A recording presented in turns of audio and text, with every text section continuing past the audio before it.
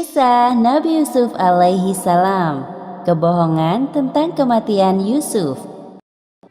Kisah ini disebutkan dalam Al-Quran, surat Yusuf ayat 16 hingga 20. Pada kisah ini, kakak-kakak Yusuf mengabarkan kebohongan terhadap ayah mereka, yaitu Nabi Yakub. Mereka mengatakan bahwa Yusuf telah meninggal dan dimakan oleh serigala. Padahal yang sebenarnya, mereka telah mencelakai Yusuf dengan mendorongnya sampai jatuh ke dalam sumur.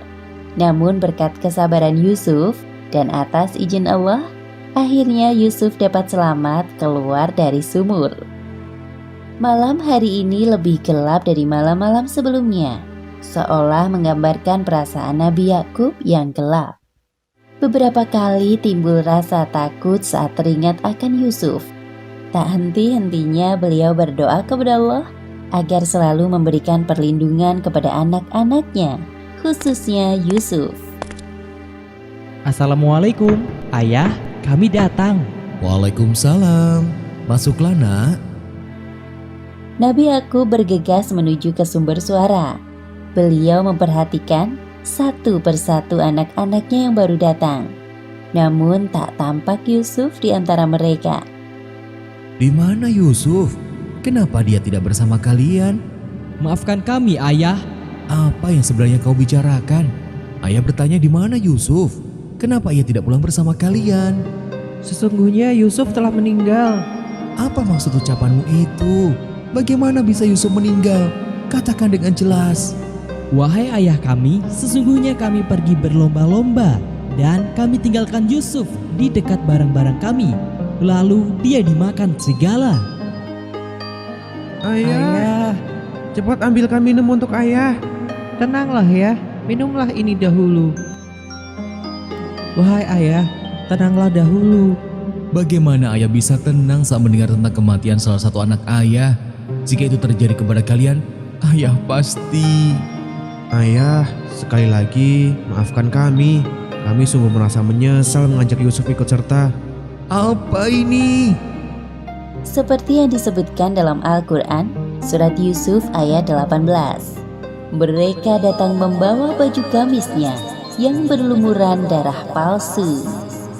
Yusuf anakku, ayah masih tidak bisa percaya.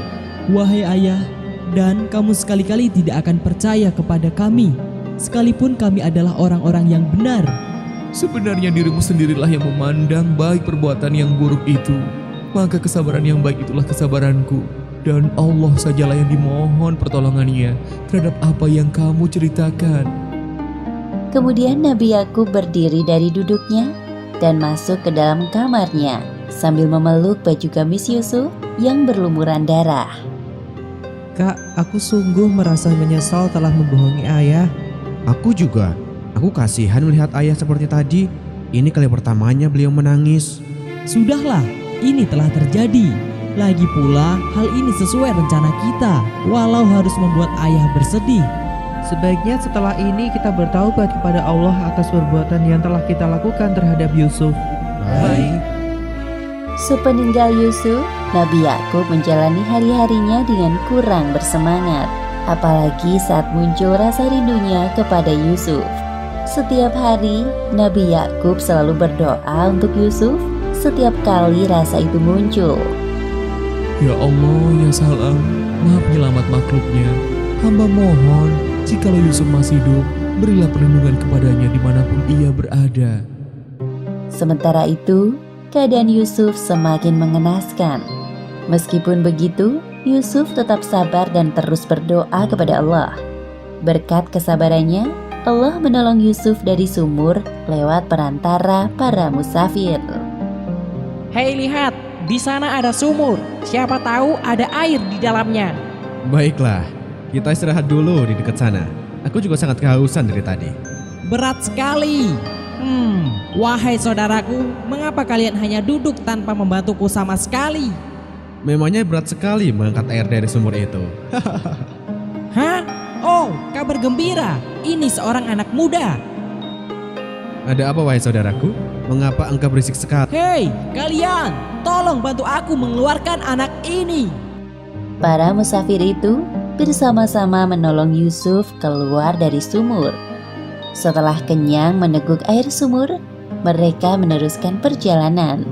Sedangkan Yusuf ikut serta bersama, seperti yang disebutkan dalam Al-Quran, surat Yusuf ayat 19.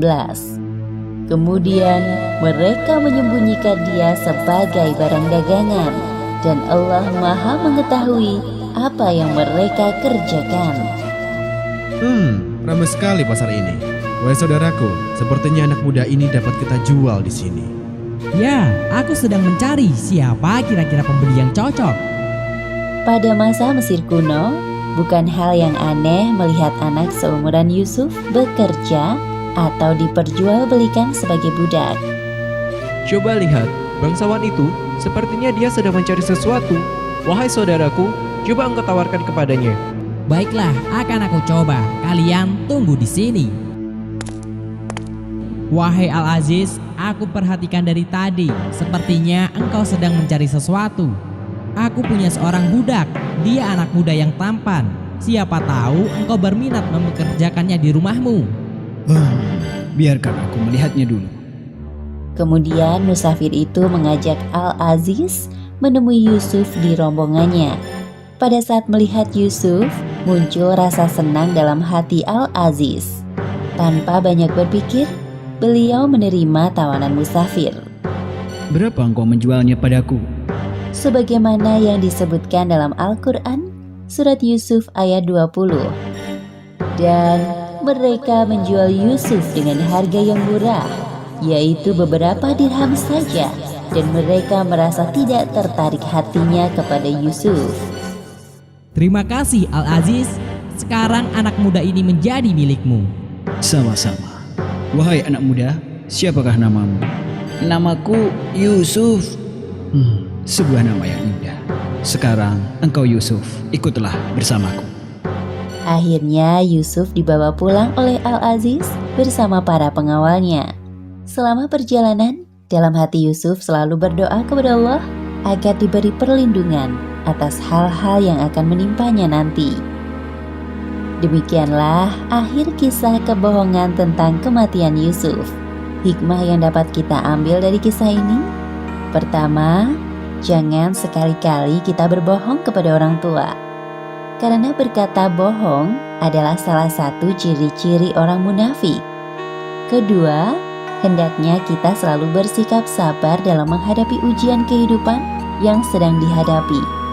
Karena ada jaminan pertolongan dari Allah Subhanahu wa Ta'ala atas kesabaran dan ketakwaan kita. Wallahu a'lam bishawab.